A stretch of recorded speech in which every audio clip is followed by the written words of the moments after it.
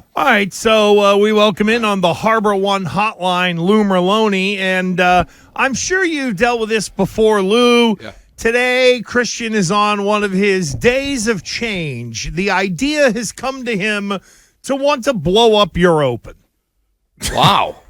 I think I heard that earlier. Number one, you did get me. I thought the Bruins made a trade. And I am Big Lou, and I'm on meds too. So, blow up the Open. Yeah, let's get creative. Well, Lou, figure it out. here's my mindset, Yeah. okay? Now, I know, you were angry Lou. I remember when he was born and how he grew to be this monster. I remember the day he was born. I remember backing away from the microphone going, this guy's insane. But now, I mean, like, how much energy do you really have to be mad and angry at this team based on the limitations that are already placed on them? So I feel like I'm going to give you a couple options. Yeah, go ahead. Oh, go ahead. What do you got? Accepting Lou. Yes. Well, that's where I'm at. But Okay. yeah. But I don't know how that sounds. Well, we can figure it out. Accepting Lou. We can figure it out. How about this one? Because I feel like we may see a lot of this, hear a lot of this with Lou also. Passive-aggressive Lou. Yep. You get some of that, too. I Good mean, luck finding cuts to that. Right? I mean, Yeah. so, because how do you get mad at a team that has already kind of admitted that they're, in my own words, Lou, not trying? Yeah, and I think like the anger usually comes out in two spots. Number one, it's roster building in the offseason. And at this point, I think I've just thrown my hands up. And then at the deadline. The deadline's a big one. Like the deadline is like, dude, you can help these guys out. They busted your ass for 4-6 months of spring training. You know, they're in position. Like, help a brother out, right? So those are the two anger spots. But now I'm at the point where it's acceptance, and it's like, this is the team. And I'm going to be doing games. And there's still a lot of good players on this team. Like when Nick Pavetta's out there and Bayo's out there pitching and Crawford's out there throwing the ball, you're going to be like, all right, we got a shot. Guys are healthy. Bullpen's back end is locked in. But there's going to be some nights where you just sit there and watch and go, this is going to be a tough one. Like this is going to be a tough one. Maybe we got the opener working. We try to figure this thing out. Or this guy's not available out of the bullpen. Oh, boy. Everyone's going to lose it because so-and-so's coming in and not Martin, right? So it's just acceptance of they're who they are. They have some good players that I'm looking forward to talking about and watching all year long and seeing how they develop. But other than that, yeah, it's you are who you are and see what they can do. By the way, Lou is brought to us by McFarland Energy, the heating, cooling, and bioheat delivery pros that Eastern Mass and all of Cape Cod depend on at McFarlandEnergy.com, by the E.L. Harvey companies, including Nauset Disposal and Miga Disposal, your local trash collection and recycling providers, and by Aviva Trattoria, Italian-inspired, locally made from fresh, whole, locally sourced ingredients. Lou, we find out that Lucas Giolito will likely not throw a pitch for the Red Sox this year. And if so, who knows how impactful he will be. Just kind of your treetop thoughts on losing this guy. Well, it's kind of sad that I've lost my mind because Lucas Giolito got hurt, right? Because he was a guy that you didn't know what you were going to get from a quality standpoint, but he was going to get you like the most important thing right now, which is innings, and that's he's like, I wanted Jordan Montgomery. This guy, bring in Lucas Giolito, which is Montgomery light. He's going to give you innings. The quality is the concern, but without him, now all of a sudden, Houck and Whitlock are in the rotation. Maybe it's Winkowski. I don't know. The ripple effect of all of a sudden your bullpen. I don't know how good your bullpen's going to be. Like if Whitlock and Houck are going to be in this rotation, and they really want Winkowski in AAA to be like the next starter called up when the inevitable injury happens, like who's out in your pen other than the two guys at the end who, by the way, haven't pitched yet this spring? So, and then, of course, you got the $19 million option next year. You dove into 2 years, 37, and you may not see him pitch ever, or maybe the last month or two of next year. So it's not good. And I think that's why Cora said it's a bad day for us because of the ripple effect and what it does to your team. So, Lou, I thought that based on this injury happening, that a guy like Scott Boras, who reps Jordan Montgomery, would be pretty happy, and then the Red Sox would rush to get him on the phone to try to maybe seal the deal. But it doesn't seem like that's happening. Why not? Well, it's the risk that Scott is, just because starters get hurt, now you got to look at the team and say, okay, great, they lost a starter, but is that team willing to step up? Like the Orioles, they lost a starter, but they're like, we got Burns, you know what I mean? And we're not going to spend that kind of money. And the Red Sox are in the same boat. Unfortunately, I'm not saying they should be, but the unspoken truth is that John Henry doesn't believe in this team. If he did, he would have spent money on it.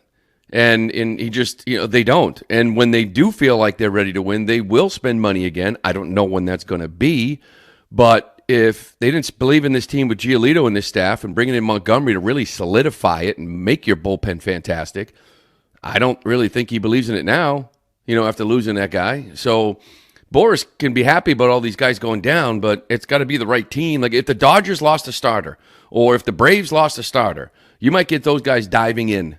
Or the Yankees lose a starter. They might dive in, but I just don't see it happening. It's even worse now. Lou Merloni is with us talking about the Red Sox and everything going on around this team down in Fort Myers. Brian Bayo gets the contract extension.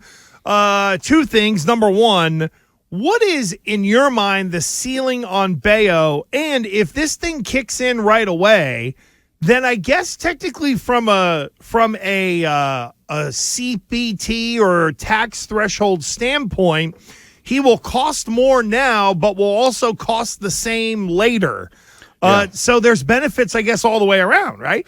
Yeah, and the CBT tax purposes, he'll cost more for the next 4 years than he would have. Mm-hmm. But it's really about the last couple, right? And it's about getting that team option. They got 2 years of free agency if they want it, which is what they needed to get out of it. So this is where the sport is going. This is what the Braves have done. Why everyone's looking at the Braves saying, how do you guys lock all these guys up? They hit them young. And the money is getting so outrageous that they're forcing these organizations to, after 1 year in the big leagues, look at a guy and say, do we believe in him or not? 1, 2 years. Because if you wait to year 4, these days, these guys are like, I'll just wait this thing out 2 more years, get to free agency, and hit, and make more money. Like, basically where Mookie got, right? So they lock these guys in. Dogs are barking. Hey, shut up. That's all right. Breaking news. Pat Maroon's coming to the Bruins. Lou's dogs are going nuts. He wants to take a walk, Lou. Jeez. Put the dog on the leash, take him for a walk, and shoot a video. I'm going to take him after this one if they just shut up over there. So it's a smart play. It's a good move. And if he, the ceiling of him, I hate putting restrictions on it because I think there's so much more with this kid. So is he top of the rotation? I don't know if he's an ace. He could be a 1, but he's probably more settles in that 2-3 spot, which is still really good, and especially for the money they'll get in that tail end of the years. Yeah. And I hope people stop comparing him to Pedro. Jeez, good Lord! Don't compare anyone to Pedro. Yeah, exactly. Thank you, Lou. Lou, do you think this is? You mentioned, the Braves, and do you think this is the first sign of an overall philosophy shift with the Red Sox in particular? Yeah, I do. But number one, you need to have good young talent first. Right? I mean, if you do it last year, like who are you going to pay? There was no rookie that really kind of stood out. So now all of a sudden, here comes Bayo in his first year and had a really good rookie year, and there's more there. Casas the same way, so he's the next one. Then you hear rumors of maybe trying to lock up Tanner Houck to, like, say, a Whitlock type of deal. Not quite sure if he's a starter, not quite sure if he's a reliever, but if he's a reliever and a good one, it's still okay money. So, you got to start. Listen, old school, you weren't a proven big leaguer until you get to arbitration, which was 3 years in the league. Because you have a good rookie year, awesome, good for you. The league adjusts. Can you adjust? Now all of a sudden you're good. So now now it's different. It's year 1, year 2. Make a decision. Lock this guy up. And you mentioned Triston Casas, and I do think it's interesting the difference between the two. One who was obviously drafted high, and Casas, and Bayo, who came up a totally different way, and how Bayo would be more likely to accept something like that because he's never made any money. And Casas, on the other hand, has, I guess, a little bit more of a runway. Yeah, I think Casas will be, a bigger contract, whether it's years or value or whatever it may be. And a lot of it has to do with, like, a lot of really good comps out there. Like, teams are locking up young guys. Spencer Strider, one of the best pitchers in the game. He wasn't going to get that contract, but then there's Hunter Green in Cincinnati. He got a contract, and Bayo got a little bit more than that. So now all of a sudden you got comps, right? I heard you earlier talking about tight ends. Hurry up and sign so I have a comp. Yeah. I know what the area is. And the pitching side, you have that. The hitter side, you're sort of looking for it, okay? Because he's first baseman, a lot of power. Like there's free agents that sign contracts, but we're talking about a 1-year guy, a 2-year guy in the league. So it's harder to kind of value what his worth is right now. But I would expect that it's going to be more money and hopefully more years. So, Lou, as we sit here on March 8th, what is left to be decided for this team other than people screaming, go bring in people from the outside? In terms of, Are there just like an outfield battle? Is there a bullpen battle? It kind of feels like this team is kind of set with not a lot of real tough decisions, or am I missing something? Well, there's still the outfield situation when it comes to Rafaela, right? And what would it look like if he's in center field? Because he'd play every day. With Duran, like where does he go? What does that mean for O'Neill and Abreu and Refschneider and Yoshida? That's 6 outfielders. That's too many in my book. So there's a decision to be made in the outfield, and now really it's a rotation. You're competing for a 5th spot. Now all of a sudden you only have 3 guys, Bayo, Pivetta, and Crawford. So does Whitlock and Houck jump in there? Does Winkowski take one? Does Cooper Criswell, another guy that they signed, does he jump in, with really not much of a track record? So they could slide him in because they really want the others in the bullpen. So now it's like, okay, what's better for the rotation, but also what's better for the bullpen? Do we feel like we need either Houck or Whitlock in the pen because we need somebody for that 6th and 7th inning because we want Winkowski down at AAA. If that's the case, that's why they're talking about Cooper Criswell. So there's the back end of the rotation, what it means to the bullpen, and the center field spot, what it means for the outfield, are really probably the big decisions right now, the only ones. So, Lou, what is more likely to happen when this season is over? Cora being signed to an extension for the Red Sox, or working for ESPN Deportes? Is there a third option, like Cora managing another team?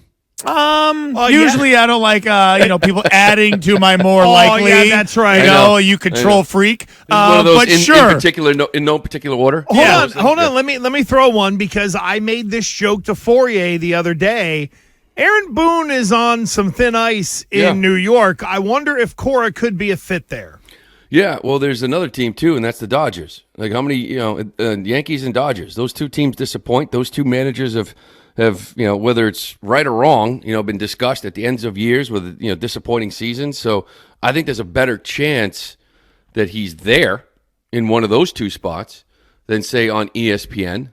I still think he wants to manage, but I think he wants to go to a team that's committed to winning and signing really good players. I don't know. I personally, I don't feel good about him coming back. Yeah, I think we've talked about that in the past. I don't, especially if some of those teams like that he knows are out calling, or there's a chance of that happening. Like I think it could come down to that.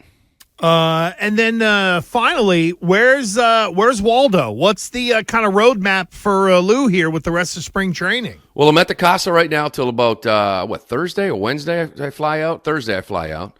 I'll be with you, I believe, next Wednesday. We hanging out. Yeah, that's right. Yeah. It's you and I, because Fourier's got a couple days away. Maybe the Twitch chat will have him fired like they did the other day after we were workshopping some things going on in the Fourier life on the air. Yeah, I haven't even mentioned that to Lou yet. Wow. Oh, boy. I wonder what Angry Lou would have done. Wow. You know what? I think I know. He would come in with a boombox and his music playing. That music that you heard in the open. It's like a wrestler.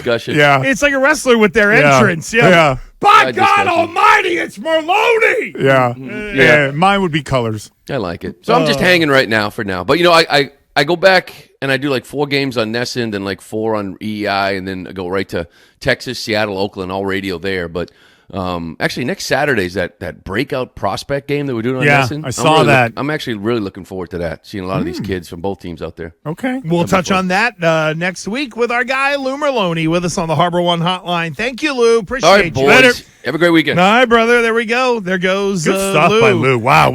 Our Friday guests are just two of the best in the city, man. Oh, I mean, and gambling sandwiched in between. It's the best hour of radio around. You can find that on YouTube, by the way. Just go to YouTube, type in WEEI. There's your live stream link right there. And Coop has done a fantastic job of the Gresham Fourier catalog within the link there for WEEI. You can listen to all kinds of interviews. In fact, you'd be able to hear Andrew Raycroft's instantaneous reaction about Pat Maroon about a half hour ago. Not only at YouTube, you can get it at WEEI.com or just go to Gresham Fourier WEEI on Twitter.